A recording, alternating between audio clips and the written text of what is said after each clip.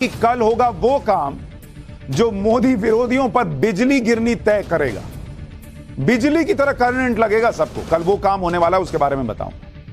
इसके अलावा राहुल, ओवैसी और पीएम मोदी चीन और भारत के बॉर्डर पर कौन सच बोल रहा है, इसकी बात होगी। नरेंद्र मोदी का वो अनदेखा वीडियो आपको दिखाऊंगा जो देश को हैरान कर देगा। वो वीडियो आपने देखा नहीं होगा, पुराना वीडियो है, लेकिन आज आप देखेंगे तो हैरान रह जाएंगे। इसके अलावा नरसिम्हा राव को बीजेपी का पीएम बताने के पीछे कांग्रेस का क्या खेल है। मोदी को नीच बताने वाले मणिशंकर अय्यर अब 2024 जितवाने वाले हैं क्या? आज कुछ पन्ने खोलूंगा हिस्ट्री। उसके बाद एक बहुत ही जबरदस्त चैप्टर है, खुद से चलती सीढ़ी, खुद सरकता व्हील चेयर। देख रहे हैं आप, ये तस्वीरें देखिए, व्हील चेयर खुद से चल रहा है, सीढ़ी कोई चला नहीं रहा, सीढ़ी चलती चली जा रही है। ये वायरल वीडियोस आपके पास भी हो सकता है आए होंगे। इन वीडियो का सच क्या है? भूत है, साइंस है, क्या है सच्चाई? आज पाठशाला में 9:25 पर बताऊंगा। झारखंड हाईकोर्ट में भूत, यह भी वायरल किया जा रहा है दावा, इसका सच क्या निकला यह भी बताऊंगा। और फिर हिमाचल प्रदेश की तबाही की वो तस्वीरें जो पहली बार टीवी पर आई, पहाड़ों में प्रलय की वो भयानक तस्वीरें जो अब तक आपने देखी नहीं, वहां से ग्राउंड रिपोर्ट दिखाऊंगा।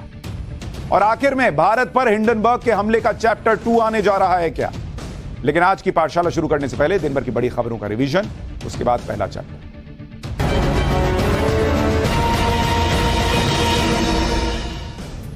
चंद्रयान के रोवर प्रज्ञान की नई तस्वीर सामने आई। लैंडर से निकलकर वो चांद की सतह पर जाता दिख रहा है। लैंडिंग के कुछ ही घंटे में 26 किलो वजनी और 6 पहिए वाला रोवर चंद्रमा की सतह पर चलता दिखा। प्रज्ञान रोवर चंद्रमा की सतह पर 8 मीटर चल चुका है। लैंडर और रोवर के सभी डिवाइस सही तरीके से काम कर रहे हैं। मानहानि केस में अरविंद केजरीवाल को सुप्रीम कोर्ट से राहत भी नहीं मिली है। सुप्रीम कोर्ट ने अरविंद केजरीवाल के खिलाफ आपराधिक मानहानि केस के ट्रायल पर रोक लगाने से इनकार कर दिया। गुजरात यूनिवर्सिटी ने पीएम मोदी की डिग्री के मामले में अरविंद केजरीवाल के खिलाफ मानहानि का केस किया है। सुप्रीम कोर्ट ने कहा कि मामला अभी हाईकोर्ट में है, वहीं इस पर फैसला होगा। 29 अगस्त को हाईकोर्ट में सुनवाई होगी। मणिपुर हिंसा मामले में आज सुप्रीम कोर्ट ने बड़ा आदेश दिया। कोर्ट ने सीबीआई के 27 केसेस को असम ट्रांसफर कर दिया और गुवाहाटी हाईकोर्ट के चीफ जस्टिस को इन मामलों के लिए स्पेशल जज नियुक्त करने के लिए कहा।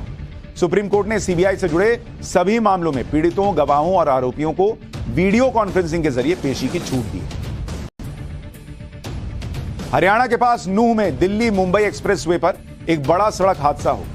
हादसा 22 अगस्त को हुआ, जिसका सीसीटीवी वीडियो अब सामने आया है। वीडियो में एक तेज रफ्तार Rolls Royce car oil tanker को पीछे से टक्कर मारती नजर आ रही है। पुलिस के मुताबिक हादसे के वक्त 11 करोड़ की रोल्स रॉयस कार की रफ्तार करीब 200 किलोमीटर प्रति घंटा थी। टक्कर इतनी जोरदार थी कि रोल्स रॉयस कार और ऑयल टैंकर दोनों में आग लग गई। हादसे में टैंकर के ड्राइवर और क्लीनर की मौत हो गई, जबकि कार में बैठे 3 लोग घायल हुए। ओलंपिक चैंपियन नीरज चोपड़ा ने एक बार फिर भारत का मान बढ़ाया। नीरज चोपड़ा ने बुडापेस्ट में जारी वर्ल्ड एथलेटिक्स चैंपियनशिप 2023 के फाइनल में जगह बना ली है। साथ ही उन्होंने अगले साल पेरिस में होने वाले ओलंपिक के लिए भी क्वालिफाई कर लिया। नीरज चोपड़ा ने अपने पहले ही प्रयास में 88.77 मीटर दूर भाला फेंका और फाइनल में जगह बनाई। भारत ने आज तक इस टूर्नामेंट में गोल्ड नहीं जीता है। पिछली बार नीरज चोपड़ा भी गोल्ड से चूक गए। तो ये हो गया दिन भर का रिवीजन। अब पाठशाला की पहली क्लास, जिसमें आपको बताऊंगा कि कल वो कौन सा काम होने वाला है जिससे मोदी विरोधियों पर बिजली गिरनी तय। राहुल, ओवैसी, मोदी, चीन और भारत के बॉर्डर पर सच कौन बोल रहा है? नरेंद्र मोदी का वो अनदेखा वीडियो जो आपको हैरान कर देगा।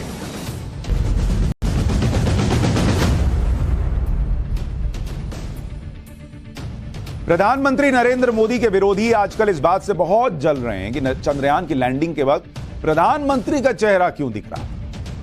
उन्हें इस बात से भी दिक्कत हो रही थी कि चंद्रयान की लैंडिंग के वक्त पीएम मोदी ने भाषण क्यों दे दिया। मतलब हर बात से ही दिक्कत है भाई, कि मोदी जी वहां बैठे क्यों थे, जुड़े क्यों थे, उनका फोटो क्यों कट गया, उन्होंने बोल क्यों दिया। कुछ लोगों को इस बात से भी परेशानी हो रही है कि पीएम मोदी ने दक्षिण अफ्रीका में होते हुए भी अपने दूसरे कार्यक्रम छोड़कर इसरो के वैज्ञानिकों से फोन पर बात कर ली। उन्हें लगता है कि ऐसा करके चंद्रयान का क्रेडिट पीएम मोदी लेना चाहते हैं। पीएम मोदी क्रेडिट लेना चाहते हैं या नहीं, आज आपको एक अनदेखा वीडियो दिखाऊंगा तो एकदम क्लियर हो जाएगा। मोदी जी का एक पुराना वीडियो है जो आपने कभी देखा नहीं होगा, लेकिन अभी तो प्रधानमंत्री नरेंद्र मोदी के विरोधियों को और दुख सहना है। मोदी विरोधियों के लिए कल का दिन तो और भारी पड़ने वाला है, क्योंकि उन पर बिजली गिरेगी। और वजह यह है कि प्रधानमंत्री विदेश से लौटकर कल सीधे बिना कोई आराम किए सीधे इसरो के वैज्ञानिकों से मिलने जा रहे हैं। यह कार्यक्रम बेंगलुरु में होगा और बहुत भव्य कार्यक्रम होने जा रहा है। नरेंद्र मोदी के विरोधियों को यह सब हजम नहीं होगा, क्योंकि वही बेंगलुरु है जहां विपक्ष ने दूसरी बैठक की थी और अपने गठबंधन को इंडिया नाम दिया। बेंगलुरु उस राज्य में है जहां कांग्रेस की सरकार है, और जब पीएम मोदी वहां पर इसरो के वैज्ञानिकों से मिलेंगे और बड़ा इवेंट होगा, तो कांग्रेस के लिए यह सब दिल पर पत्थर रखकर देखने जैसा होगा। क्योंकि अभी तक कांग्रेस इस कोशिश में पूरी ताकत से जुटी थी कि चंद्रयान का क्रेडिट मोदी को ना मिल जाए, इसलिए वो बार बार नेहरू का नाम ले रही है। अरे नेहरू जी ने इसरो शुरू किया था, देखे नहीं, उसी का नतीजा कि आज चंद्रयान गया। लेकिन कल तो मोदी जी सुबह सुबह वहां पहुंच जाएंगे, कार्यक्रम कर रहे हैं वैज्ञानिकों के साथ, तब चलेगी छुरी। बार बार याद दिला रही है कांग्रेस कि नेहरू ने ये किया, नेहरू ने वो किया, लेकिन भारत अब नेहरू से बहुत आगे निकल चुका है। नेहरू के वक्त वाला इसरो भी अब मोदी के वक्त में दुनिया की बड़ी स्पेस पावर बन चुका है। पूरी दुनिया इसे मान रही। हमने आपको कल ही पाठशाला में बताया था कि कैसे दुनिया भारत को अब सलाम ठोक रही। लेकिन यह कामयाबी किसी एक की नहीं है, यह कामयाबी भारत के उन वैज्ञानिकों की है जिन्होंने चांद पर भारत को पहुंचाया। और इसलिए पीएम मोदी उनका सम्मान करने खुद बेंगलुरु जा रहे हैं, जबकि वो लंबे विदेशी दौरे से लौट रहे हैं। पीएम मोदी चाहते तो विदेशी दौरे से लौटकर दिल्ली में पहले आराम कर लेते और फिर जाते मिलने। अगर वैज्ञानिकों से मिलना ही होता तो वैज्ञानिकों को दिल्ली बुलवा सकते थे कि यहीं बुला लो सबको, मैं आऊंगा यहीं मिल लूंगा। लेकिन उन्होंने ऐसा नहीं किया, क्योंकि उनको पता है कि अभी चंद्रयान का मिशन चल रहा है, ये वैज्ञानिक वहां से हिल नहीं सकते, उनका वहां रहना इंपॉर्टेंट है। तो खुद बेंगलुरु जा रहे हैं उनका हौसला बढ़ाने, उनकी पीठ थपथपाने, बिना आराम किए। पीएम मोदी के कल का कार्यक्रम आप सुनिए, आप कहेंगे क्या ही जबरदस्त एनर्जी है। पीएम मोदी कल सुबह करीब 6 बजे ग्रीस से सीधे बेंगलुरु एयरपोर्ट पहुंच जाएंगे। बेंगलुरु में पीएम मोदी के स्वागत के लिए करीब 10,000 बीजेपी कार्यकर्ता एयरपोर्ट पर मौजूद रहेंगे। सूत्रों के मुताबिक बेंगलुरु में पीएम मोदी का एक छोटा सा रोड शो भी हो सकता है। इसके बाद सुबह 7 बजे पीएम मोदी बेंगलुरु में इसरो के telemetry tracking and command network centre में जाने वाले हैं। सुबह 7 से 8 बजे तक पीएम मोदी इसरो के वैज्ञानिकों से मिलेंगे, उन्हें चंद्रयान 3 की कामयाबी के लिए बधाई देंगे। फिर सुबह 8:05 पर वो बेंगलुरु एयरपोर्ट के लिए रवाना हो जाएंगे और सुबह 11:30 बजे दिल्ली पहुंचेंगे। यानी प्रधानमंत्री का हिसाब बिल्कुल क्लियर है कि इंडिया उतरूंगा तो सबसे पहले इंडिया को चांद पर पहुंचाने वालों को सलाम ठोकूंगा। ऐसा नहीं है कि चंद्रयान 3 सफल हो गया तो पीएम मोदी अपनी इमेज चमकाने के लिए वैज्ञानिकों से मिलने जा रहे हैं। कई लोग कहेंगे अरे जा रहे हैं इसी चक्कर में कि वहां पे थोड़ा फोटो होगा तो क्रेडिट मिलेगा। मैं आज आपको पीएम मोदी का एक अनदेखा वीडियो दिखाता हूं, जो आपको बताएगा कि पीएम मोदी हमेशा से ही अपने देश के वैज्ञानिकों के साथ ऐसे ही खड़े। हमने आपको बताया था कि साल 2019 में चंद्रयान 2 जब अपने मिशन से चूक गया था, तब भी पीएम मोदी ने इसरो चीफ को हिम्मत दी थी, उनकी पीठ थपथपाई थी। लेकिन अब और पहले चलिए, साल 2008 में जब नरेंद्र मोदी गुजरात के मुख्यमंत्री थे, तब चंद्रयान 1 लॉन्च हुआ था। यूपीए की सरकार थी, कांग्रेस की सरकार थी। उस वक्त नरेंद्र मोदी अहमदाबाद के स्पेस एप्लीकेशन सेंटर चले गए थे। वहां उन्होंने वैज्ञानिकों को सम्मानित किया था और वैज्ञानिकों को डिनर पर आने का न्योता दिया था। गुजरात कैबिनेट ने उस वक्त वैज्ञानिकों के सम्मान में एक प्रस्ताव भी पारित किया था। वो पीएम नहीं थे, उनके इस कार्यक्रम की कहीं चर्चा भी नहीं हुई होगी, उनका ये वीडियो ही कई लोग आज देखने जा रहे हैं। लेकिन उन्होंने किया था। क्यों किया था आगे बताऊंगा, लेकिन एक बार सुनिए नरेंद्र मोदी ने 2008 में वैज्ञानिकों से, जिन्होंने यूपीए के जमाने में चंद्रयान 1 लॉन्च किया था, उनको क्या कहा था, सुनिए। देश के सभी वैज्ञानिक अभिनंदन के अधिकारी हैं। तो बाद में मैंने यहां फोन किया, मैंने कहा मैं खुद आकर के मेरी सरकार ने जो प्रस्ताव किया है वो भी आपको देना चाहता हूं, बधाई देना चाहता हूं। मुझे अच्छा लगा इतने कम समय में आप सबको बधाई देने का मुझे अवसर मिला। मतलब बड़े मन से अपनी प्रसन्नता, अपना आनंद उसे व्यक्त करना, बस इसीलिए आया हूं। जैसे मैं आज बधाई देने आया हूं, मैं एक निमंत्रण देने भी आया हूं। जिस दिन हम वहां पहुंच जाएं, फिर तो वो अपना रूटीन काम करेगा 1.5 साल तक। वो आपको रोज फिर डेटा आया नहीं आया, फोटो आया नहीं आया, एनालिसिस करना है। तो 3 वाला मामला तो मैं चाहता हूं कि एक शाम आपके नाम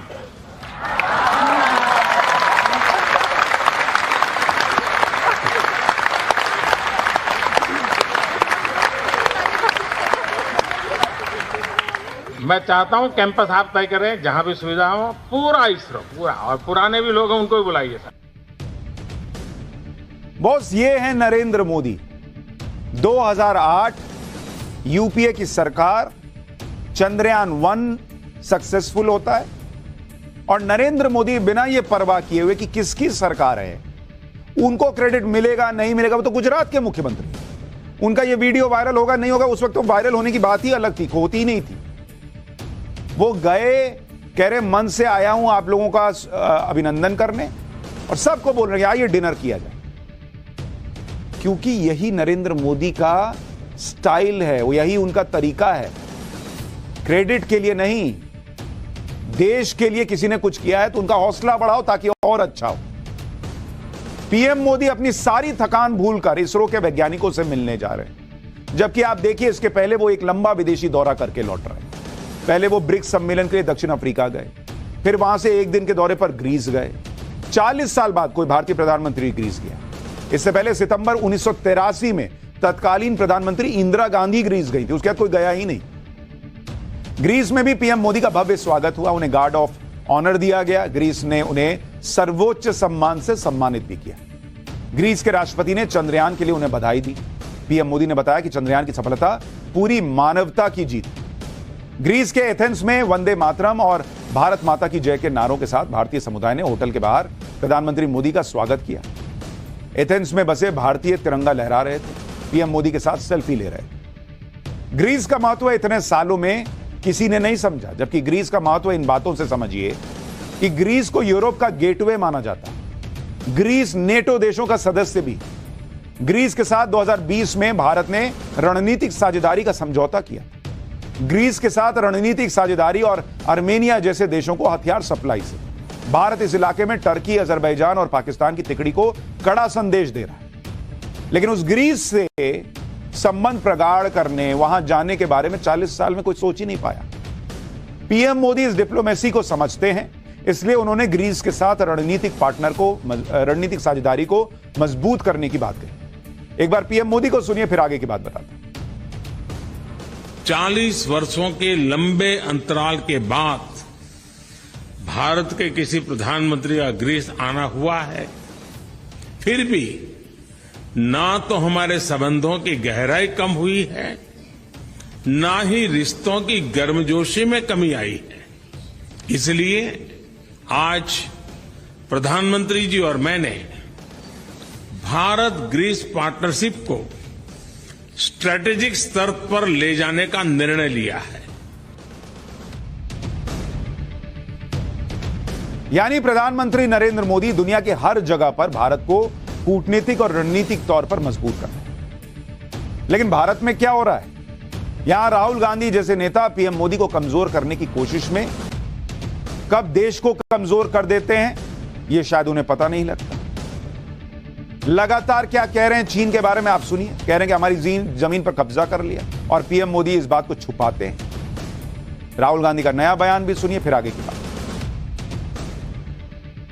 तो एक बात बिल्कुल साफ है कि चाइना ने हिंदुस्तान की जमीन ली है। हजारों किलोमीटर जमीन हिंदुस्तान की चाइना ने हमसे छीनी है। और दुख की बात है कि हिंदुस्तान के प्रधानमंत्री ने ऑपोजिशन की मीटिंग में कहा कि हिंदुस्तान का 1 इंच किसी ने नहीं लिया है। यह सरासर झूठ है। जो लोग इस खुलासे पर कभी नहीं बोले, जो अभी खुलासा कुछ दिन पहले नहीं हुआ था कि चीन से पैसे लेकर भारत में मोदी विरोधी खबरें कैसे कुछ लोग चला रहे हैं, चीन से पैसे लेकर भारत में चीन के लिए माहौल कैसे बनाया जाता है, इसी में एंटी मोदी खबरें दिखाई जाती हैं, क्योंकि ये मोदी के विरोध में होता है, इसलिए कोई कुछ नहीं बोलता। तब किसी को चीन से कोई दिक्कत नहीं होती। पीएम मोदी के विरोध में ये लोग इस हद तक चले गए कि पूरी सीमा पर चीन का कब्जा बताने की भी बातें होने लगी, जिन बातों को न भारत सरकार ने माना न सेना मानती है। भाई सेना पे तो विश्वास करेंगे, और ऐसी बातें करके जाने अनजाने चीन का ही फायदा होता है। राहुल गांधी के सहयोगी नेता नाना पटोले ने तो यहां तक कह दिया कि अरुणाचल प्रदेश में भी चीन का कब्जा हो गया। सुनिए नाना पटोले को। राहुल जी ने बॉर्डर के अपने देश के बॉर्डर के ऊपर खुद वहां पे विजिट की, लेह लद्दाख गए, वहां पर अपने देश की सीमा और अपने देश के सीमाओं में चाइना जो आ गया है उसके बारे में देश की जनता को बताया कि ये स्थिति यहाँ बनी हुई है। हमारा देश खतरे में है। एक तरफ अरुणाचल में भी चाइना ने पूरा कब्जा कर चुका है, लेकिन देश के प्रधानमंत्री, देश के डिफेंस मिनिस्टर कहते हैं कि हम 1 इंच भी जगह नहीं देंगे, आर पार की लड़ाई लड़ लेंगे। आखिर ये मीडिया तक है, वास्तुस्थिति अलग है। महाराष्ट्र कांग्रेस के अध्यक्ष नाना पटोले कह रहे हैं कि अरुणाचल में भी चीन ने पूरा कब्जा कर लिया, तो अरुणाचल अब भारत के पास नहीं है, चला गया, चीन के पास चला गया है क्या? राहुल गांधी कह रहे हैं बॉर्डर पर होकर। अरे बॉर्डर पर होकर आए तो क्या उस इलाके में गए जहां पर विवाद चल रहा है? पूरी दुनिया भारत की ताकत का लोहा मान रही है, और यहां भारत में ऐसा दुष्प्रचार चल रहा है कि भारत खतरे में। यहां तो ऐसे लोग भी हैं जिन्हें देश पर भरोसा कम और चीन पर भरोसा ज्यादा ऐसा लगता है। इसका एक उदाहरण आपको बताता हूं। चीन के विदेश मंत्रालय ने दावा किया कि ब्रिक्स में जिनपिंग और पीएम मोदी के बीच बातचीत पीएम मोदी के अनुरोध पर हुई। मतलब पीएम ने, मोदी जी ने कहा कि आइए ना बात कर लेते हैं, जबकि भारत के विदेश मंत्रालय के सूत्रों ने साफ साफ इस खबर का खंडन किया। कहा कि चीन ने ही बातचीत करने के लिए बहुत पहले से रिक्वेस्ट दे रखी थी, वो लोग चाह रहे थे कि बातचीत हो, तब जाके बातचीत हुई। यानी अपने तरफ से कहा जा रहा है कि हमने कोई रिक्वेस्ट नहीं की थी, लेकिन उसके बावजूद आप देखिए यहां पर क्या हालत है। देश की सरकार पर, अपने विदेश मंत्रालय पर भरोसा करने की बजाय चीन की बातों को ही बढ़ाया जा रहा है। ओवैसी जैसे नेता चीन के विदेश मंत्रालय का बयान दिखाकर बोल रहे हैं कि चीन के राष्ट्रपति से बात करने के लिए पीएम मोदी उनके पीछे भाग रहे हैं। ओवैसी ने पूछा कि पीएम मोदी क्या छिपा रहे हैं। सुनिए ओवैसी साहब। चाइनीज फॉरेन मिनिस्ट्री बोलती कि प्रधानमंत्री नरेंद्र मोदी बातचीत करना चाहते थे, और फिर बाद में हम लोग फॉरेन सेक्रेटरी कुछ और कहते हैं।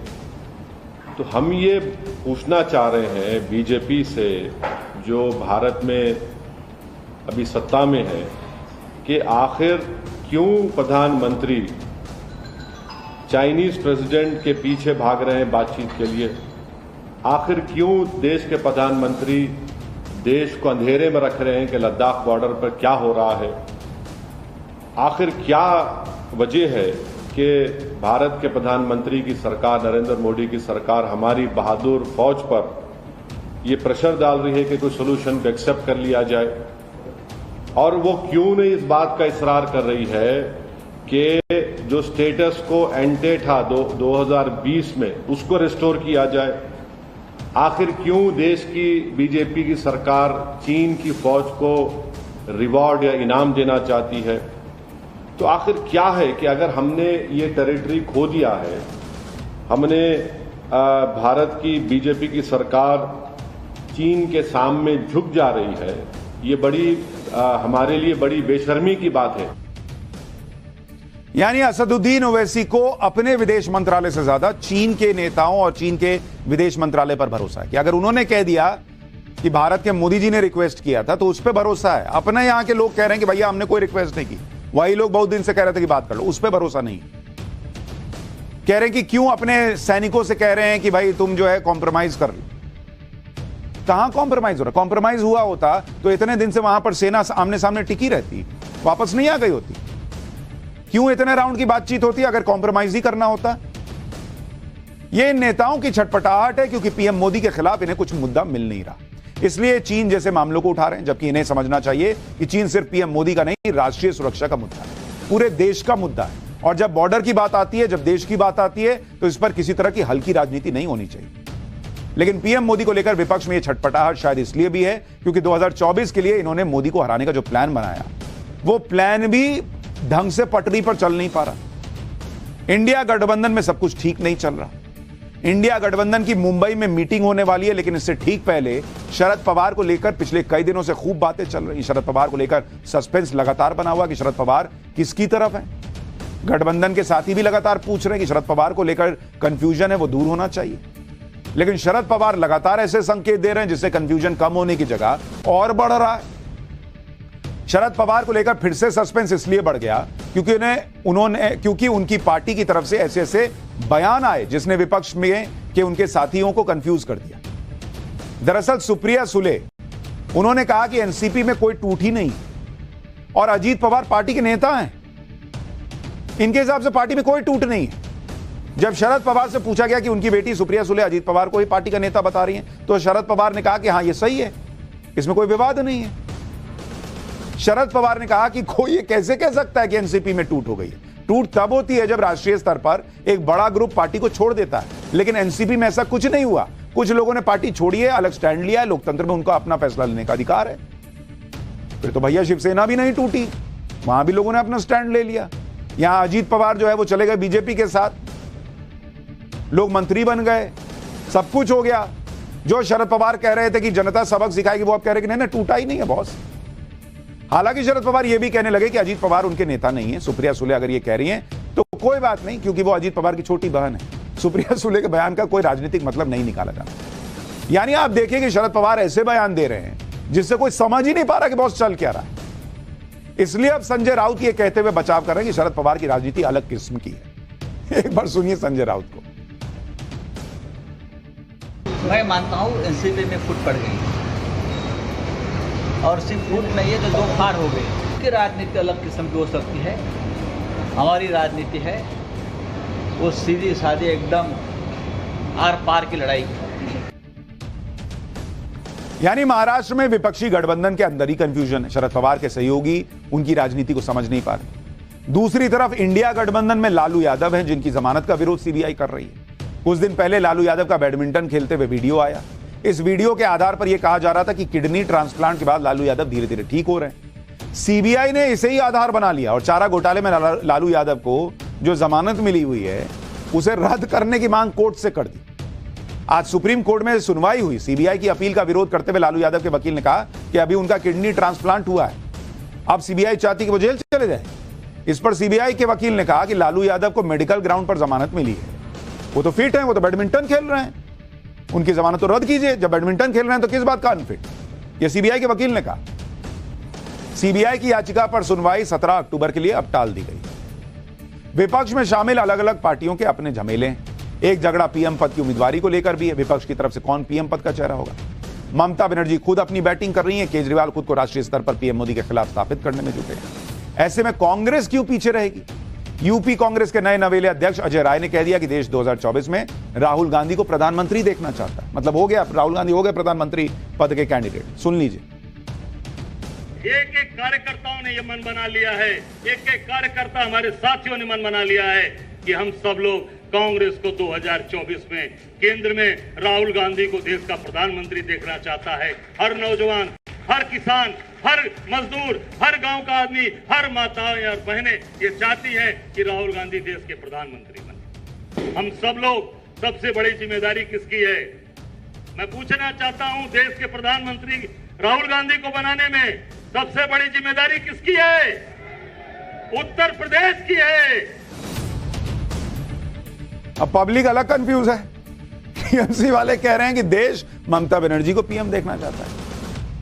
आप वाले कहीं मिल जाएंगे तो कहेंगे अरे सब केजरीवाल को पीएम देखना चाहते हैं। ये भाई साहब कह रहे हैं कि सब राहुल गांधी को पीएम देखना चाहते हैं। अरे ये सब कौन है? राहुल गांधी के लिए पार्टी के अंदर बैटिंग हो रही है। खुद राहुल गांधी भी फ्रंट फुट पर खेल रहे हैं, खुद को पीएम मोदी से टक्कर लेने वाला चेहरा साबित करने के लिए। अब वो ये गारंटी दे रहे हैं कि वो 2024 में बीजेपी को हरा देंगे। सुनिए। बीजेपी का राज देख लिया आपने, कांग्रेस पार्टी का राज देखा है, ठीक है? तो आप ये मत सोचिए कि कांग्रेस पार्टी बीजेपी से टक्कर नहीं ले सकती। मैं आपको गारंटी देके कह रहा हूं 2024 में हम बीजेपी को हरा देंगे। बीजेपी का राज देख लिया आपने, कांग्रेस पार्टी का राज देखा है, ठीक है? तो आप ये मत सोचिए कि कांग्रेस पार्टी बीजेपी से टक्कर नहीं ले सकती। मैं आपको गारंटी देके कह रहा हूं 2024 में हम बीजेपी को हरा देंगे। यानी सबके अपने अपने दावे, सबकी अपनी अपनी गारंटी है, चल रहा है मामला। लेकिन राहुल गांधी जो कह रहे हैं कि हम बीजेपी को हरा देंगे, बीजेपी को हराने के लिए क्या रणनीति, क्या सोच है, क्या हिसाब है, इसको लेकर भी बड़ी चर्चा हो रही है। और इसलिए पाठशाला में अब राजनीति के उस इतिहास का चैप्टर, जिसके कुछ पन्ने मणिशंकर अय्यर जैसे कांग्रेसी नेता के विवादित बयान से खुल गए। मणिशंकर अय्यर ने कांग्रेस के ही नेता और पूर्व प्रधानमंत्री नरसिम्हा राव को बीजेपी का पहला पीएम बता दिया। इसके पीछे का सच क्या है, इसके पीछे का सियासी खेल क्या है, और नरसिम्हा राव और गांधी परिवार का इतिहास क्या है, जरा इसका चैप्टर देखिए।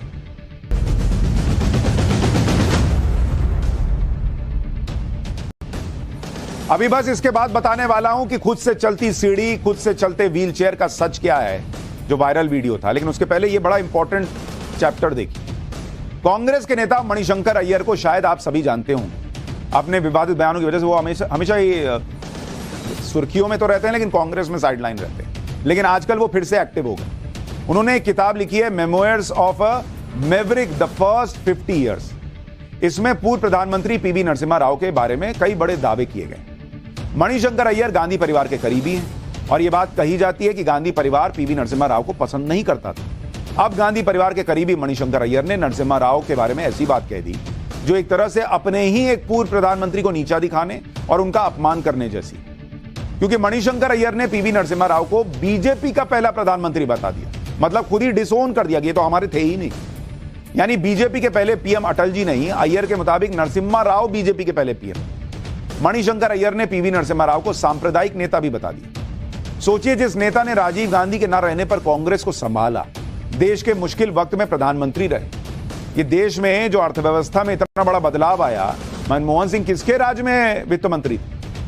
ये दरवाजे जो खुले भारतीय अर्थव्यवस्था के, वो किसके रहते हुए खुले?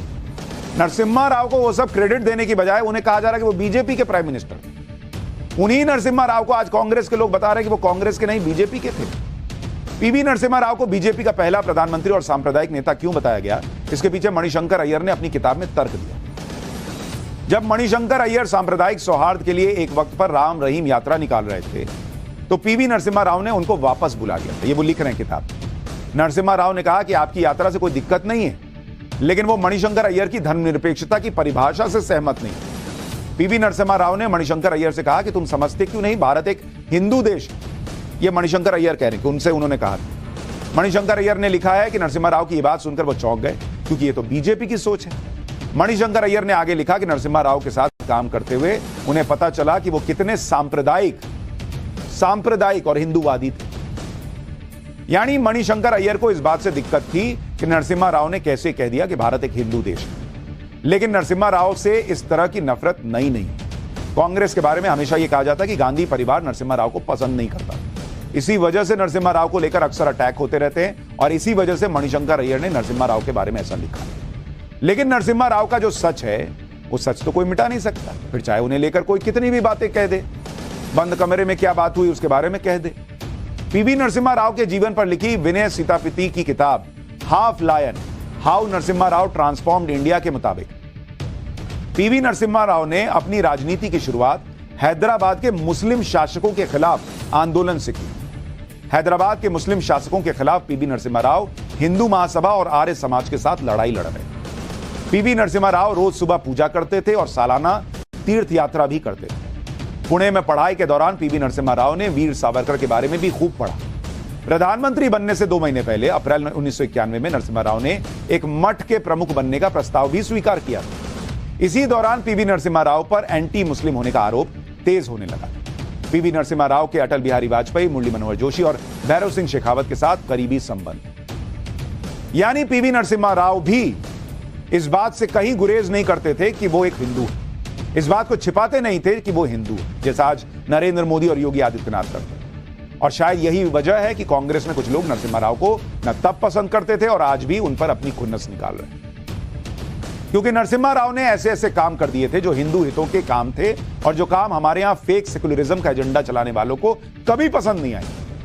नरसिम्हा राव के बारे में कहा जाता है कि उन्होंने मंदिरों के लिए बहुत काम किया और यह तब का दौर है जब वो प्रधानमंत्री बनने से पहले आंध्र प्रदेश की राजनीति में एक्टिव थे। 1964 में पीवी नरसिम्हा राव आंध्र प्रदेश के कानून मंत्री थे और हिंदू एंडोमेंट्स एंड टेंपल्स की जिम्मेदारी दी गई थी उन्हें। किताब हाफ लायन के मुताबिक उस वक्त आंध्र प्रदेश में मंदिरों की हालत बहुत खराब थी। मंदिरों पर अतिक्रमण कर लिया गया था। मंदिरों की जमीन किराए पर दी जाती थी, लेकिन किराया नहीं मिलता था। पुजारी भी ढंग से काम नहीं करते थे। पीवी नरसिम्हा राव ने मंदिरों का संचालन सही किया और एक व्यवस्था बनाई। पीवी नरसिम्हा राव कांग्रेस में तो थे, लेकिन वो दूसरों की तरह फेक सेक्युलरिज्म का दिखावा नहीं करते। वो अपने हिंदू होने पर गर्व करते थे। इससे जुड़ा एक किस्सा भी है जिसका जिक्र half lion how Narasimha Rao transformed India किताब में मिला। अप्रैल 1992 में तत्कालीन पीएम पीवी नरसिम्हा राव ने कांग्रेस का अधिवेशन आंध्र प्रदेश के तिरुपति में करवाया। तिरुपति को मंदिरों का शहर भी कहते हैं। तिरुपति में कांग्रेस का अधिवेशन करवा के नरसिम्हा राव ने साफ कर दिया कि उन्हें आंध्र प्रदेश और अपने हिंदू होने पर गर्व है। पीवी नरसिम्हा राव कांग्रेस की सोच को सही नहीं मानते थे, जिसके मुताबिक हिंदुओं की बात करना सांप्रदायिक हो जाता है। हाफ लायन किताब में हिंदुओं को लेकर नरसिम्हा राव की सोच के बारे में लिखा है कि पीवी नरसिम्हा राव को इस बात की चिंता थी कि हिंदू वोट बैंक कांग्रेस से दूर जाकर बीजेपी के पास जा रहा है, जबकि कांग्रेस मुस्लिम वोट बैंक को किसी भी तरह अपने साथ जोड़े रखना चाहती थी। पीवी नरसिम्हा राव का मानना था कि अगर सिर्फ मुस्लिम ही कांग्रेस को वोट करेंगे तो कांग्रेस कैसे जीतेगी। पीवी नरसिम्हा राव ने कहा था कि अगर हम हिंदुओं की धार्मिक भावना से जुड़ी कोई बात करते हैं तो इसे सांप्रदायिकता के तौर पर क्यों देखा जाता है। इसका नतीजा यह हुआ कि बीजेपी हिंदुओं की इकलौती संरक्षक बन गई। पीवी नरसिम्हा राव ने मणिशंकर अय्यर से कहा भी था कि आपको यह समझना होगा कि एक हिंदू देश है। कांग्रेस के नेताओं की नरसिम्हा राव से चिढ़ की शायद एक बड़ी वजह 6 दिसंबर 1992 की घटना थी। इस दिन बाबरी मस्जिद ढहा दी गई। कांग्रेस को लगता है कि बाबरी मस्जिद मामले को नरसिम्हा राव ने वैसे हैंडल नहीं किया जैसा कांग्रेस सोचती थी, जबकि बात सही नहीं है। बाबरी मस्जिद विवाद पर नरसिम्हा राव की सोच क्या थी, इसके बारे में भी हाफ लायन किताब में लिखा है। बाबरी मस्जिद विवाद पर पीवी नरसिम्हा राव की सोच एकदम स्पष्ट थी। दोनों धार्मिक समुदायों को आपस में बैठकर बात करनी चाहिए और मस्जिद के बगल में एक मंदिर का निर्माण होना चाहिए। बाबरी मस्जिद जैसी है उसे वैसा ही रहने देना चाहिए। अगर दोनों समुदाय इस सहमति पर नहीं पहुंच पाते तो फिर कोर्ट का फैसला ही अंतिम माना जाए। पीवी नरसिम्हा राव को कांग्रेस में एंटी मुस्लिम माना जाता था, जबकि पीवी नरसिम्हा राव वो नेता थे जो इस्लाम के बारे में कांग्रेस के किसी भी प्रधानमंत्री से ज्यादा जानते थे। हाफ लायन किताब में विनय सीतापति ने लिखा है कि हैदराबाद में पीवी नरसिम्हा राव इस्लाम और मुसलमानों के बीच ही बड़े हुए। पीवी नरसिम्हा राव उर्दू और फारसी भाषा के अच्छे जानकार थे। वो कुरान भी पढ़ लेते थे। नरसिम्हा राव के विदेश सचिव सलमान हैदर के मुताबिक वो दिल से साफ थे। वो जवाहरलाल नेहरू से बेहतर भारत को समझते थे। नरसिम्हा राव भारत को धर्म और जातियों के समूहों के तौर पर देखते थे। नरसिम्हा राव को गांधी परिवार पसंद नहीं करता था। इसके बारे में कांग्रेस के ही कई नेताओं ने लिखा है। मार्गरेट अल्वा ने अपनी autobiography courage and commitment and autobiography में लिखा है कि पूर्व प्रधानमंत्री नरसिम्हा राव और सोनिया गांधी एक दूसरे पर नजर रखते थे। वो दोनों एक दूसरे पर बिल्कुल भरोसा नहीं करते थे। सोनिया गांधी नरसिम्हा राव के इस फैसले से नाराज थी, जिसमें उन्होंने बोफोर्स मामले में दिल्ली हाईकोर्ट के उस फैसले के खिलाफ अपील की थी, जिसमें राजीव गांधी के खिलाफ केस खारिज कर दिया गया। किताब में मार्गरेट अल्वा ने यह भी लिखा है कि क्या नरसिम्हा राव उन्हें यानी सोनिया गांधी को जेल में देखना चाहते हैं। लेकिन बड़ा सवाल यह है कि मणिशंकर अय्यर इस वक्त नरसिम्हा राव पर यह बातें क्यों कर रहे हैं। इसके पीछे क्या कांग्रेस का कोई खेल है? इस सब को समझने के लिए कोशिश कर रहे हैं, इसे सब समझने की कोशिश कर रहे हैं, क्योंकि आप देखिए 2024 में किसी भी तरह से नरेंद्र मोदी को हराने के लिए कांग्रेस हर पैतरा आजमा रही। सॉफ्ट हिंदुत्व के जरिए हिंदू वोट बैंक को साधने की कोशिश हुई, तो कांग्रेस को अपने परंपरागत वोट बैंक का भी ध्यान है। और क्या उसे बरकरार रखने के लिए कांग्रेस के पुराने नेता और पिछले काफी समय से गायब रहे मणिशंकर अय्यर को फिर से एक्टिव किया गया है? क्योंकि आप देखिए कि कांग्रेस राम मंदिर को राजीव गांधी की उपलब्धि बताती है। कांग्रेस का कहना है कि राम मंदिर के लिए सबसे पहले राजीव गांधी ने पहल की, जबकि मणिशंकर अय्यर ने अपनी किताब में लिखा है कि अयोध्या में राम मंदिर का ताला खुलवाना और शिलान्यास की अनुमति देना राजीव गांधी का गलत फैसला था। अब इसे कांग्रेस की मजबूरी समझिए या कांग्रेस की सोची समझी प्लानिंग, कि कांग्रेस दोनों तरह की बातें कर रही है। और नरसिम्हा राव को लेकर जो बातें की जा रही हैं वो भी इसी नैरेटिव का हिस्सा लगती हैं कि एक खास वोट बैंक जो है वो कहीं ना कहीं साथ जुड़ा रहे। अगर नरसिम्हा राव को हिंदूवादी और कम्युनल भी बताना पड़े, कोई बता रहा तो बता रहा। अब ये पॉलिटिक्स खुद ब खुद चल रही है नहीं चल रही है तो नहीं पता, लेकिन पाठशाला में अब खुद चलती सीढ़ी, खुद सरकते व्हील चेयर का चल। इसके वायरल वीडियो का सच क्या है? झारखंड हाईकोर्ट में भूत, इस वायरल दावे का सच क्या निकला, आज आपको बताता हूं।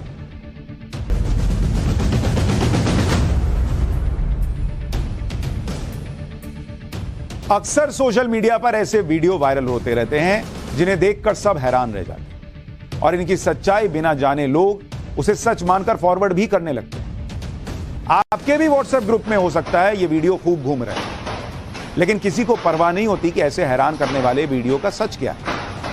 आज हमें भी एक ऐसा ही वीडियो मिला जिसे देखकर हम भी हैरान रह गए। इस वीडियो में एक लकड़ी की सीढ़ी दिख रही है और यह सीढ़ी अपने आप चलती दिख रही है। इस सीढ़ी में ना कोई तार दिख रहा है, ना कोई मोटर दिख रहा है, ना ही कोई इसे धकेलता हुआ खींचता हुआ दिख रहा है। सीढ़ी के आसपास कोई नजर भी नहीं आ रहा है। इस दौरान सीढ़ी एक कमरे में एक किनारे से दूसरे किनारे की तरफ खिसकती चली जा रही है। सीढ़ी के चार पैर किसी जानवर की तरह चलते हुए चले जा रहे हैं, जैसे कोई जानवर या इंसान के पैर चलते हैं वैसे वो चला जा रहा है। अब ऐसे किसी भी वीडियो को देखकर कोई भी हैरान रह जाएगा कि बॉस ऐसा कैसे हो रहा है, सीढ़ी कैसे चल रही है, सीढ़ी अपने आप कैसे चल सकती है। कई लोग इसे भूत प्रेत से जोड़ने लग गए कि अरे बॉस ये तो भूत है इसका मतलब। एक बार फुल फ्रेम में ये वीडियो दिखाइए, फिर आगे की बात करता हूं।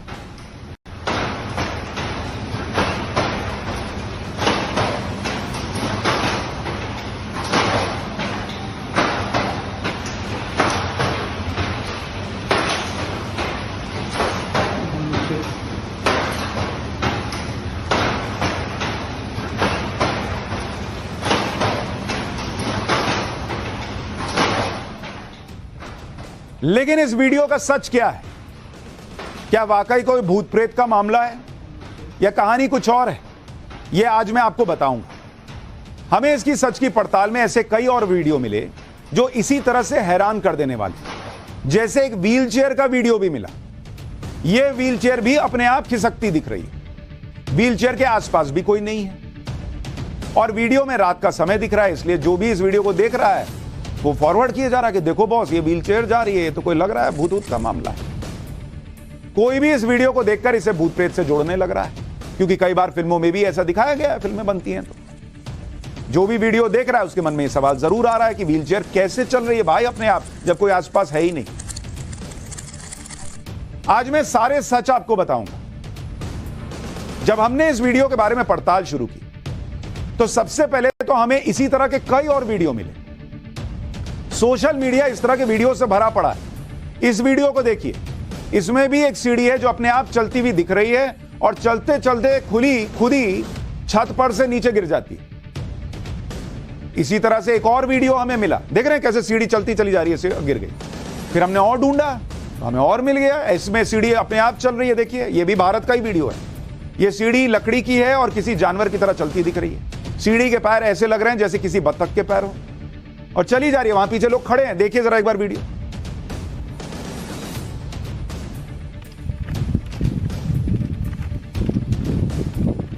जिसमें आप देखिए खुद ही सीढ़ी चलती चली जा रही है और ऐसे खुद से चलने वाली सीढ़ियों की बाढ़ सी आ गई वीडियो की कि भाई हर जगह वीडियो में सीढ़ी खुद से चली जा रही है।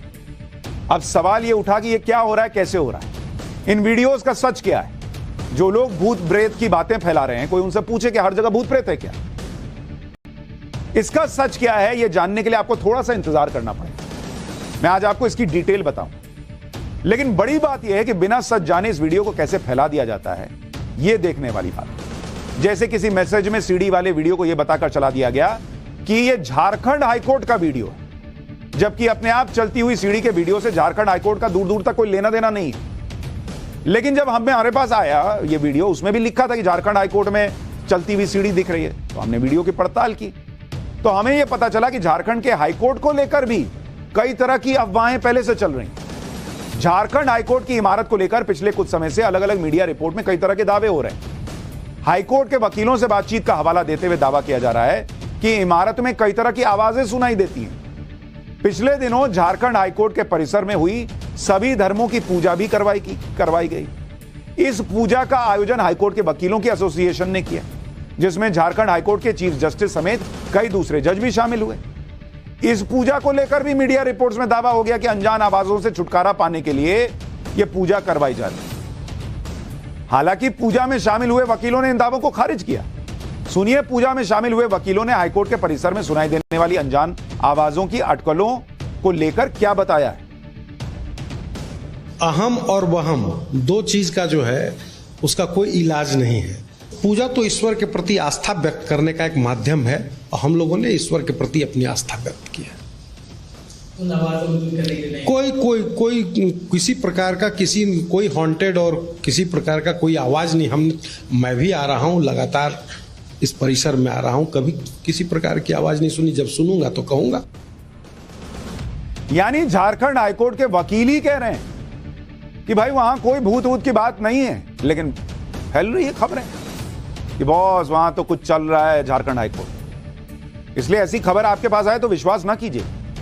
अब आपको बताता हूं कि इस तरह के वीडियोस की सच्चाई क्या है, लेकिन एक बार फिर से ये वीडियो देखिए और एक चीज गौर करिए जो पहले आपने गौर नहीं की होगी। उसके बाद में आपको पहले वीडियो देखिए, अपनी नजर से देखिए, कुछ कॉमन लग रहा है, फिर मैं आपको इसके वीडियो का राज बताता हूं कि सीढ़ी खुद से कैसे चलती है।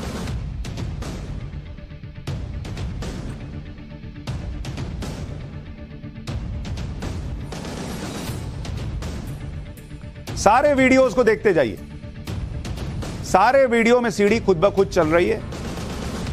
इन सारे वीडियो में अगर आप गौर करेंगे, जितनी भी सीढ़ियां आपको चलती दिख रही हैं, उनमें कॉमन बात यह है कि ये सभी सीढ़ियां स्लांटेड फ्लोर यानी ढलान वाली जमीन पर चल रही है। देखिए आपको दिख रहा है ना, वो सड़क नीचे ऐसे ढलान पर आई हुई है।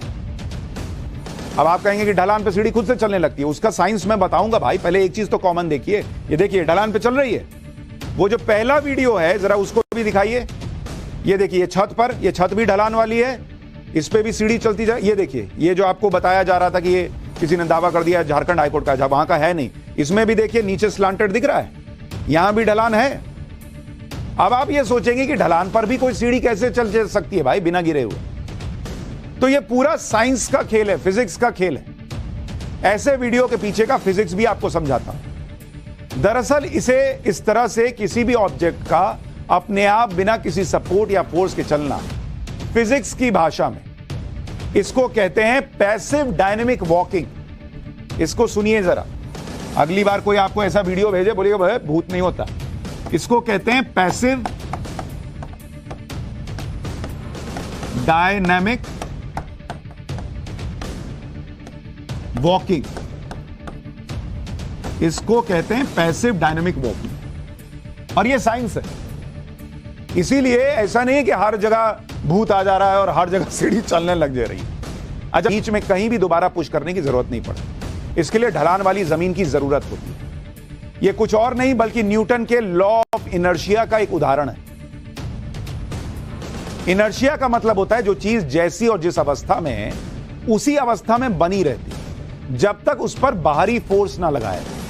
जैसे अगर किसी बॉल को समतल जमीन पर रखेंगे तो वो बॉल वहीं रहेगी जब तक उस पर बाहरी फोर्स ना लगे, लेकिन उसी गेंद को ढलान पर छोड़ देंगे तो वो अपने आप सरकते हुए नीचे चली जाती है। सीढ़ियों के चलने के मामले में भी ऐसा होता है। सीढ़ियों के चारों पैर आपस में कनेक्टेड होते हैं और ऊपर एक पॉइंट पर सब जुड़े होते हैं जिसे ढीला छोड़ा जाता है, जिससे एक बार अगर आप उसका मोमेंटम बना दें कायदे से तो और धक्का दे दें तो वो मूवमेंट करने लगती है और सीढ़ी के चारों पैर अपने आप ढलान पर चलने लगते हैं। अगर आपको लग रहा है कि नहीं ये भूत है तो भूत को बोलिए कि तुम सिंपल सपाट जमीन पे सीढ़ी चला के दिखाओ, तब माने तुम्हारी पावर है। तुमको ढलान का लग रहा है बॉस? इसलिए लग रहा है क्योंकि ये साइंस है, कोई भूत प्रेत नहीं। पैसिव डायनेमिक वॉकिंग का सिद्धांत ब्रिटिश वैज्ञानिक टेड मैकगियर ने 1980 के दशक में दे दिया। टेड मैकगियर ने इस सिद्धांत को प्रैक्टिकल के जरिए समझाया भी था कि बिना मोटर कैसे कोई सीढ़ी अपने आप चल सकती है। या आप भी कर सकते हैं। जरा इसमें दिखाई, ये देखिए, ये देखिए आप देख रहे हैं इसमें भी ये सीढ़ी कैसे चल रही है। कोई भूत है? ये सब वैज्ञानिक पहले कर दिए भाई। देखिए इसमें हल्का सा ढलान है, उसका पैर ऐसा मिला है, उसके बाद वो चलना शुरू कर दिया। आप ये भी ध्यान रखिए कि आजकल एआई यानी आर्टिफिशियल इंटेलिजेंस का जमाना भी, कोई बड़ी बात नहीं है कि ऐसे वीडियो एआई की मदद से बन जाए या फिर एडिटिंग की मदद से आसानी से बन सकते हैं।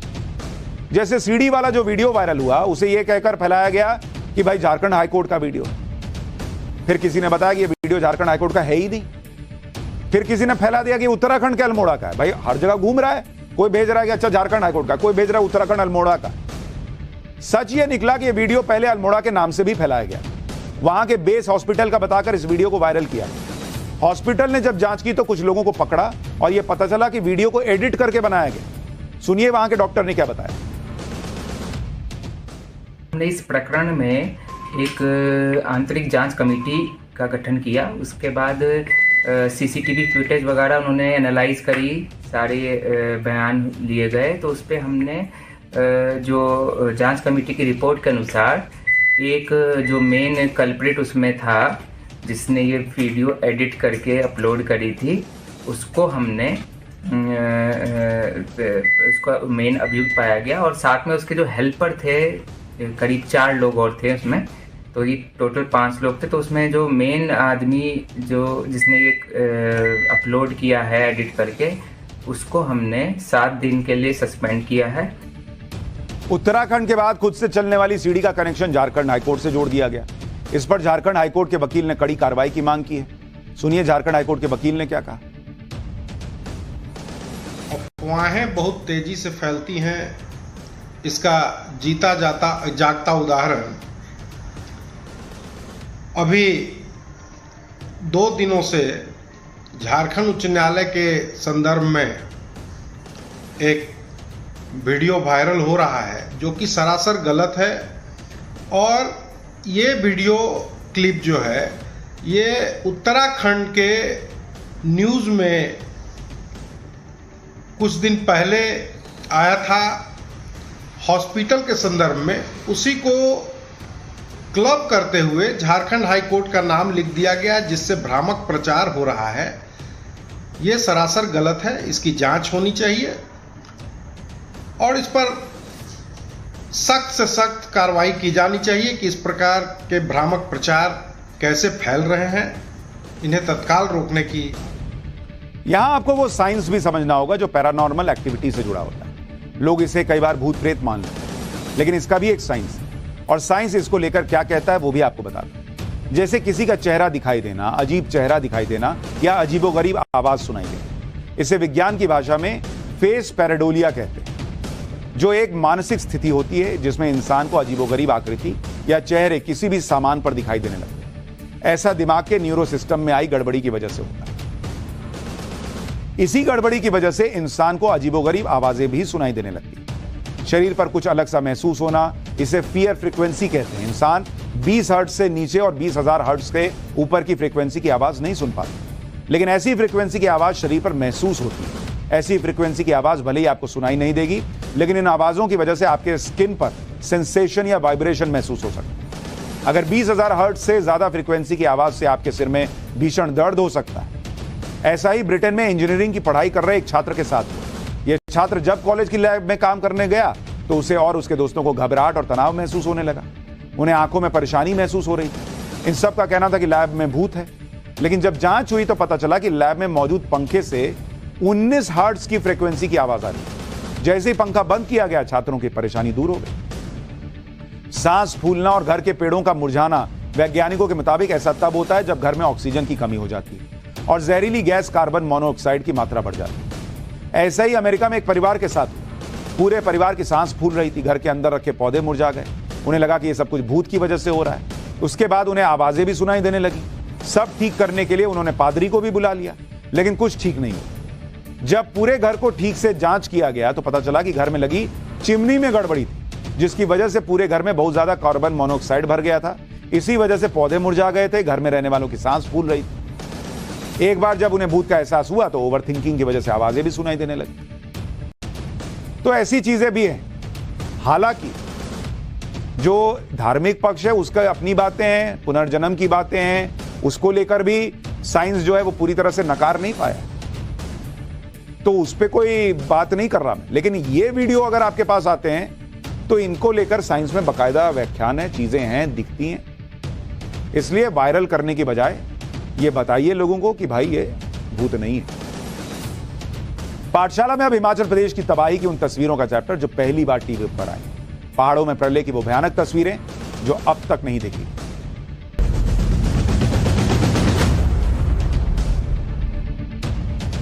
हिमाचल प्रदेश में लैंडस्लाइड और बारिश से जो तबाही हो रही है उसकी तस्वीरें बेहद डरावनी। आज आपको हिमाचल प्रदेश में हो रही तबाही की वो तस्वीरें दिखाऊंगा जो आपने कहीं नहीं देखी होंगी। टाइम्स नाउ नवभारत की टीम हिमाचल प्रदेश में मौजूद है और वहां से जो रिपोर्ट आ रही है वो आप देखेंगे तो हैरान रह जाए। कैसे सड़कों पर चौड़ी चौड़ी खाई बन गई है, जरा देखिए। मंडी से कुल्लू जोड़ने वाले रास्ते की हर हकीकत टाइम्स नाउ भारत आपको दिखा रहा है। ड्राइवर्स का दर्द हमने आपको यहाँ पर दिखाया, चालकों का हमने दिखाया किस तरह से सब्जियां बर्बाद हो गई। अब एक तस्वीर जो आपने कहीं नहीं देखी होगी वो टाइम्स नाउ भारत पर आपको दिखा रहे हैं। ये तस्वीर किसी चैनल पर आपने नहीं देखी होगी। इधर देखिए, लेफ्ट हैंड पर आप ये देखिए, ये हालात यहाँ पर है। ये मेन रोड, और ये मेन रोड कैसे किस तरह से ध्वस्त हो गई है।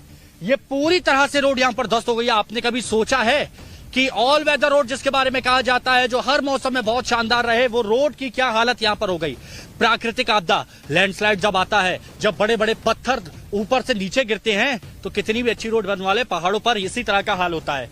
ये रोड पूरी तरह से यहाँ पर धंस चुकी है। अभी भी आप देखेंगे धीरे धीरे इसमें से मिट्टी धंसती जा रही है और ये रोड सरकती जा रही है। पूरी रोड यहाँ पर भी आप देखिए, ये पूरी रोड यहाँ पर नीचे कंक्रीट है, मिट्टी है, लेकिन उसके बावजूद ये रोड कैसे यहाँ पर धंस रही है और पूरी तरह से ये रोड मिट चुकी है। टाइम्स नाउ भारत यहाँ पर पहुंचा है और कोई चैनल अभी तक यहाँ पर नहीं पहुंचा, और इसीलिए ये तस्वीर हम आपको दिखा रहे हैं। हम आगे आपको हर एक तस्वीर दिखाएंगे, लेकिन ये देखना आपके लिए जरूरी है क्योंकि ऐसा एक जगह नहीं हुआ है, ऐसा कई जगह पर हुआ है, लेकिन ये शायद आप देख नहीं पा रहे होंगे। लेकिन अब ये तस्वीर हम आपको दिखा रहे हैं। सामने वो पहाड़ देखिए, वहां पर अभी भी लैंडस्लाइड और अभी भी वहां पर पत्थर दरक रहे हैं। लोग सावधान हैं। और ये वाली रोड किसी ने नहीं सोचा था कि इस रोड पर, आप सोचिए ये ट्रक चालक जो यहां पर फंसे हुए हैं, थोड़ा सा भी अगर इधर होते तो क्या हालत होती उनकी, क्या हालत होती अगर यहां पर कोई ट्रक होता तो कितनी मुश्किलों का सामना यहां पर किया जाता है। और ऐसे में कोई भी गाड़ी नीचे जा सकती थी। पूरी की पूरी ये रोड धंस गई। हालात ये हो गए हैं कि अब इस रोड को बनाने में न जाने कितने महीने यहां पर लग जाएंगे। आप दाएं बाएं कहीं पर भी देख लीजिए, हर जगह आपको लैंडस्लाइड नजर आएगा। 50 मीटर में हर जगह पर लैंडस्लाइड ही लैंडस्लाइड है। बड़े बड़े पत्थर सड़कों पर है। आवाजाही ठप हो चुकी है। ना पीने का पानी, ना खाने के लिए राशन, सब्जियां, दवा, कुछ भी यहां पर नहीं है। और ऊपर से ये हालात, ये सिर्फ आपको देखने को मिल रहा है टाइम्स नाउ भारत पर। विजय आर्यन चौधरी के साथ Himanshu Dixit, Times Now Bharat, Kullu road.